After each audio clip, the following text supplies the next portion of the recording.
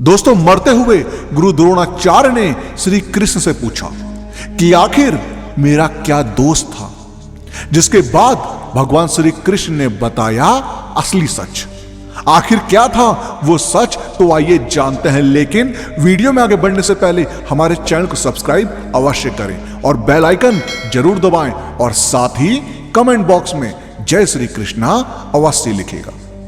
दोस्तों, द्वापर युग में एक ऐसे व्यक्ति ने जन्म लिया जिसे दुनिया ने तो सर्वश्रेष्ठ गुरु माना, लेकिन भगवान श्री कृष्ण ने उन्हें गुरु और पिता के रूप में विफल माना। वह कोई और नहीं बल्कि स्वयं पांडवों और कौरवों के गुरु द्रोणाचार्य थे। महाभारत के युद्ध के दौरान जब पांडव पक्ष को लगा कि द्रोणाचार्य को हरा पाना असंभव है, तब अश्वत्थामा मारा गया या झूठी खबर चारों तरफ फैलाई गई, ताकि वियोग में आकर द्रोणाचार्य अस्त्र शस्त्रों का त्याग करें और उनका वध संभव हो सके। अब युधिष्ठिर के मुख से सुनने पर द्रोणाचार्य यह सब सच समझ बैठे और अस्त्र शस्त्र का त्याग कर दिया। लेकिन इसी दौरान द्रोणाचार्य ने श्री कृष्ण से कई सारे सवाल किए, जिसका सच सुनने के बाद द्रोणाचार्य को मृत्यु को स्वीकार करना पड़ा।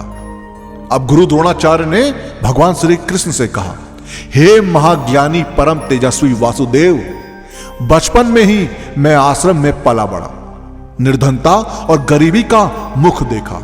क्या मैंने पूर्व जन्म में कोई पाप किए थे? अपने मित्र द्रुपद से धोखा खाया, जिस राज्य पर विजय दिलाई उसी से निष्कासित किया गया। आखिर इसमें मेरा क्या दोष था? क्या मित्र की सहायता करना एक पाप है?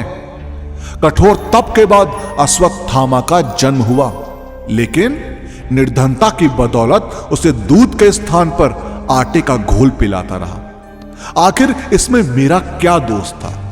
क्या दया भावना रखना मेरा पाप था?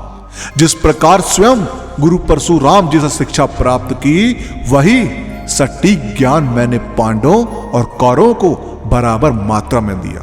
लेकिन आज भी एक लौह का अंगूठा मेरे जीवन का सबसे बड़ा लालचन है।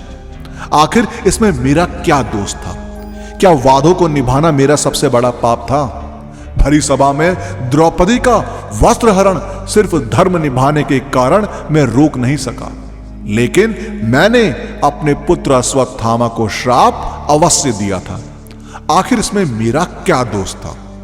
क्या राजकीय धर्म का पालन करना मेरा सबसे बड़ा पाप था? अब यह सुनकर भगवान श्री कृष्ण बोलते हैं, हे भारद्वाज पुत्र द्रोण, निर्धनता आखिर कौन नहीं देखता? एक शिशु जन्म से ही निर्धन होता है, लेकिन कुबेर के भंडार को पाने के लिए मेहनत, संघर्ष और धैर्य अति आवश्यक होते हैं।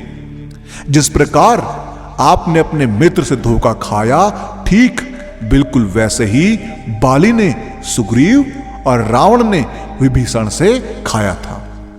भले ही मकसदों में अंतर रहा हो, लेकिन कार्य समान ही था। ऐसे में धैर्य ही इंसान का सबसे बड़ा साथी होता है। लेकिन बदले की भावना के चलते आपने अपनी मृत्यु का शस्त्र निर्माण स्वयं कर दिया, वो भी धृष्टद्युम्न के रूप में। और दरअसल वहीं से द्रौपदी का जन्म भी हुआ और महाभारत की नींव भी रखी गई।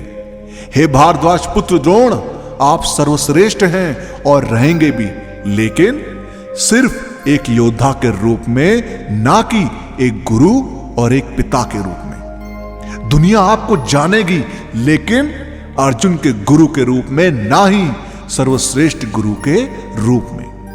एक गुरु का दायित्व होता है कि वो अपने शिष्य को धर्म और अधर्म के बीच का अंतर समझाए, और अगर वो ये ना कर पाया तो वो एक शिक्षक के रूप में विफल रहता है।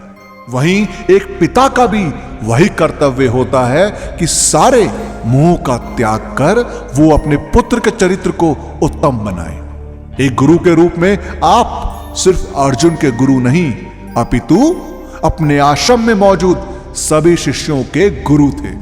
लेकिन आपने अर्जुन को प्रिय समझा, वही कौरवों को सिर्फ और सिर्फ युद्ध की शिक्षा दी। उनके चरित्र के निर्माण का कार्य तो आप भूल ही गए मुनिवर। जब इंसान बालक होता है तभी वो सीखता है, और ये आपका कर्तव्य था कि आपको दुर्योधन और उसके भाइयों के चरित्र का निर्माण करना था, उनको धर्म के मार्ग पर लाना था। लेकिन आप उसमें विफल रहे, ये जानते हुए भी कि दुर्योधन और उसके भाई अधर्मी होते जा रहे हैं, आपने कुछ नहीं किया। वहीं अगर आप पिता के रूप में सफल होते तो आज आपको अधर्म के पक्ष में खड़े होकर युद्ध ना करना पड़ता। आपने अश्वत्थामा को उसके बल और ज्ञान से अधिक शिक्षा दी, लेकिन मोहवश आप उसके चरित्र का निर्माण करना भूल गए। अगर आपने मोह त्याग दिया होता और कठोर रहते, और बचपन में ही जब वो दुर्योधन के साथ था तब आपने कठोरता दिखाई होती और उसे धर्म के पद पर चलने के लिए विवश किया होता, तो शायद उसके अंदर का धर्म जिंदा रहता और द्रौपदी के साथ भरी सभा में ऐसा पाप ना होता अगर आप धर्म का पालन करते, एक गुरु होने का दायित्व निभाते, तो मुनिवर आज महाभारत ही नहीं होता। इतना सुनते ही द्रोणाचार्य की आंखों से आंसू निकलने लगे और उन्होंने अपने शस्त्रों का त्याग कर वहीं जमीन पर समाधि ले ली और वो योग में लीन हो गए।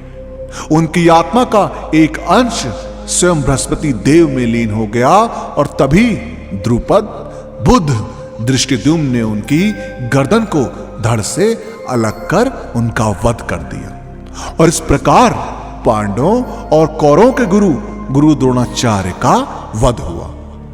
अब भगवान श्री कृष्ण के इन कथनों से हमें बहुत कुछ सीखने को मिलता है। किस तरह एक शिक्षक और एक पिता अपने बच्चों के चरित्र का निर्माण कर उन्हें एक अच्छा व्यक्तित्व दे सकते हैं और एक अच्छा इंसान बना सकते हैं। दोस्तों, आपका इस बारे में क्या कहना है हमें कमेंट के माध्यम से जरूर बताएं, और इस वीडियो का पार्ट 2 चाहिए हो तो कमेंट्स में पार्ट 2 जरूर लिखें। और वीडियो पसंद आई हो तो लाइक और शेयर करना मत भूलिएगा। हम आपको मिलते हैं अगली वीडियो में।